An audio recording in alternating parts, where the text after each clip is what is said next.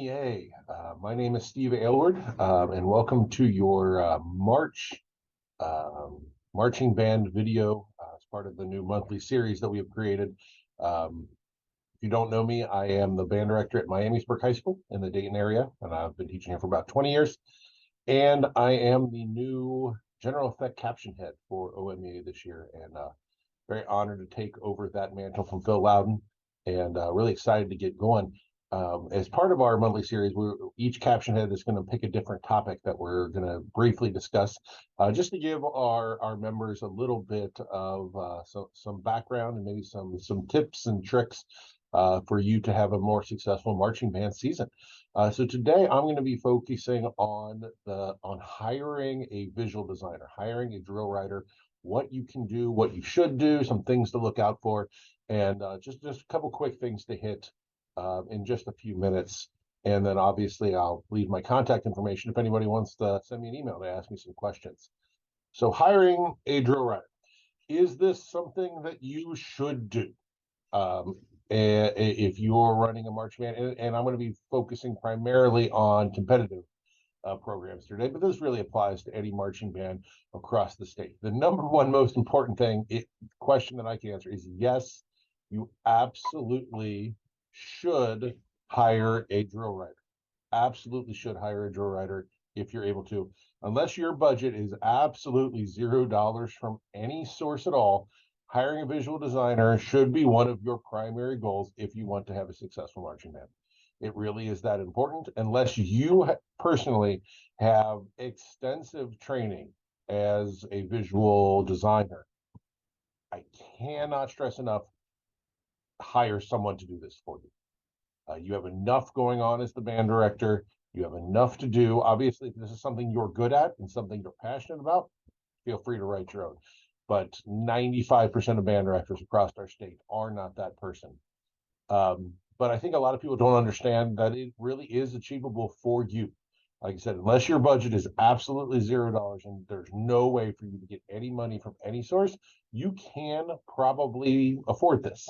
And a custom drill can be had at any price.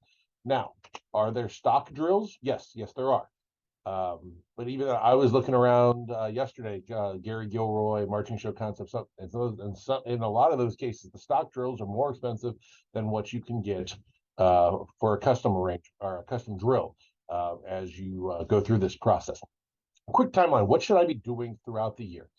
So November through January, and this first one is a big one. If you are inheriting a program, or maybe you've been doing it for a few years and you've had a drill writer and you want to go in a different direction, even if you're a new director, maybe you take over midway through the year, or say you get hired in the spring, the first, obviously as soon as you're able to do this, might not be November to January, contact the previous person and just tell them you plan to make a change. Do not ghost them. Horror stories of how often this happens. An email will suffice, phone call, whatever you want to do. Thank them for their work and stay friends and move on. Pretty much any designer I know doesn't take it personally. They move on with their lives. You move on with yours, and everything goes great. Please contact them. Square away your funding source. Are your boosters able to pay for something? Is your school able to pay something? Getting back to my previous topic, rearrange your budgets.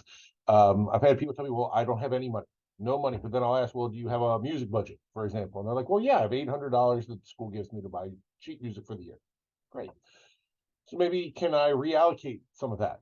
Talk to the school. Can we no, we're not asking additional money. Can I move $200 of that to something else?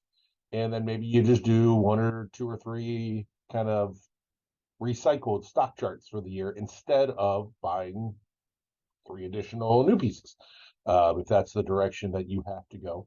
And then putting that money towards a designer. And then you can start to plan out your team, your arranger, your guard person, your choreographer, whatever it is that you're able to do.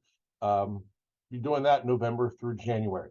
Then, and we get into the spring where we are now, you're looking to hire somebody if you haven't yet.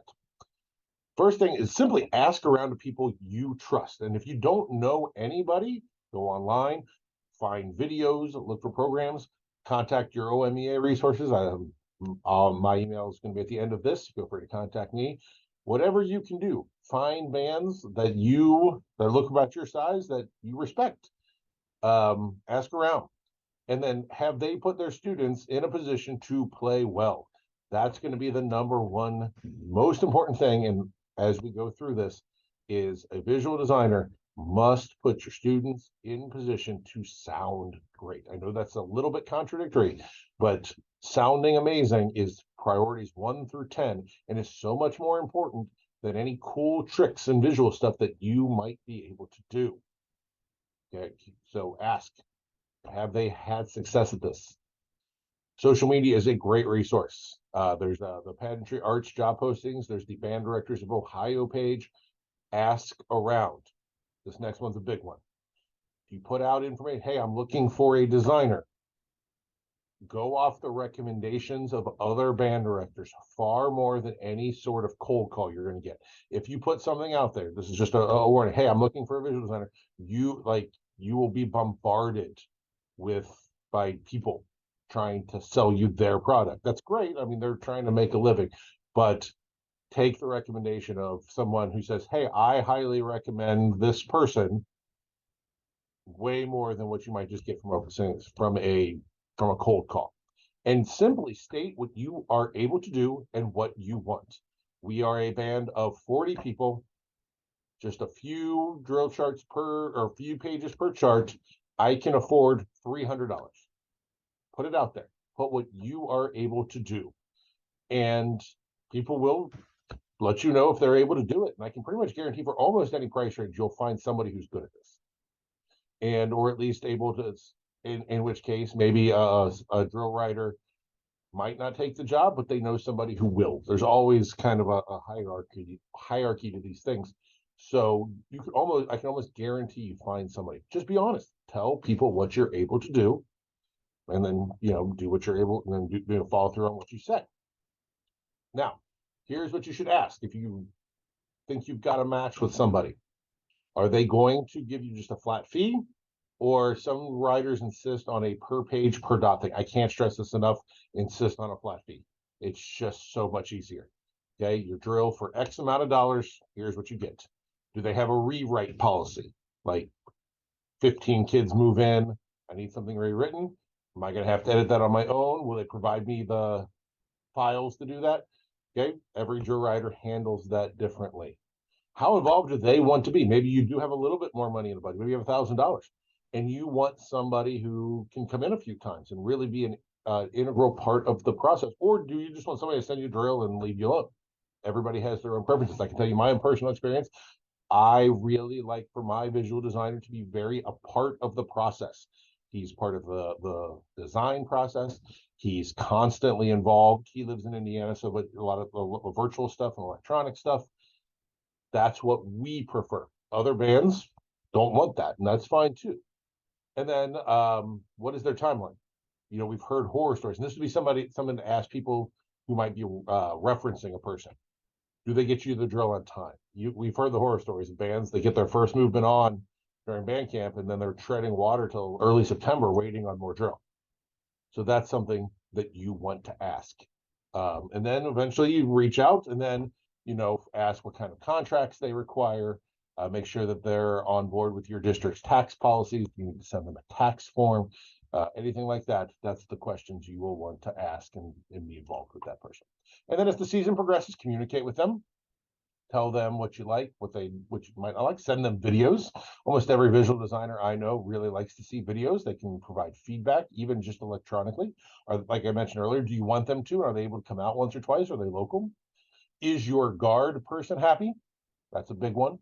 All right. So making sure that, the guard person isn't thinking of the color guard as an afterthought if you have a color guard. And then again, reiterating from earlier, most importantly, does this designer put your students in a position to sound as good as possible? All of those things should factor in. Okay. So as you move forward, again, I can't stress this is so important. I would say far more important. Stock music can be done really well. It's really hard to make stock visual work. Custom works, and it can be done at a reasonable price. If you ever want to reach out, there's my email address. Be happy to help. I'm the administrator of the band director of Ohio Facebook page. I'd be happy to help any way I can at any point. You just really just great opportunities here. There's so many wonderfully qualified people in Ohio that are just waiting to help. I hope this was helpful, and have a great day.